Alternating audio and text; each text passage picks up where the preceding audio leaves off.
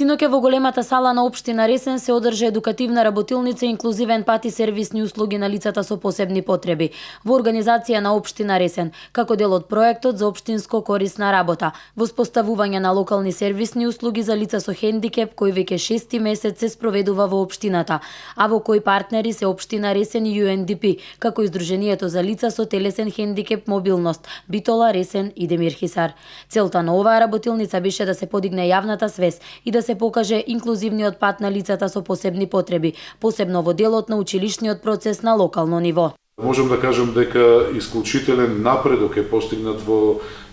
таа соработка, во воспоставувањето на таа релација помеѓу лицата кои што се директно вклучени во изведувањето на тие услуги, во пружањето на тие услуги, ангажирани од страна на општина Ресен и самите корисници на услугите, како и нивните семејства, нивните родители кои што слободно можам да кажам според она што го имам како информации секојдневно го добивам, како информација од нив се исклучително задоволни од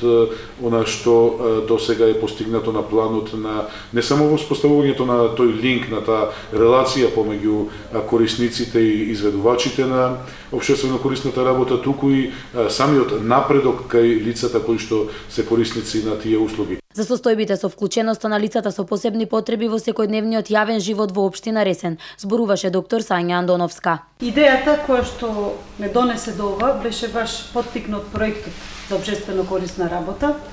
Гледајќи колку тие деца, пред се деца и млади личности, се задоволни, среќни и стануваат поквалитетни личности, дружејќи се интензивно,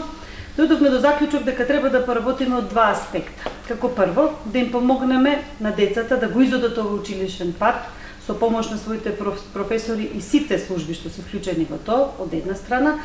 и второ, да им помогнеме на нивните другарчиња да сватат со кои проблеми се соочуваат тие и заеднички да градиме поубаво општество, поубава средина и поубав живот за сите. Специјален гостин на оваа работилница беше доктор Филип Дума, кој се задржа на невролошкиот аспект кај учениците со посебни образовни потреби. Многу сум задоволен од ова што го видов и сакам да продолжи и понатаму во општината, во корис на деца со посебни потреби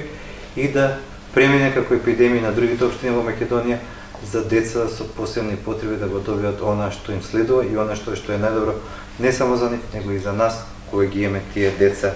покрај нас. Општина Ресен во изминатиот период превзеде конкретни активности со кои отвори и ново поглавје во своето работење, зголемено партиципативно учество и креирање на локални политики, кои одат во насока на подобрување на условите за живот на категорија на лица кои имаат посебни потреби во извршувањето на своите секојдневни активности.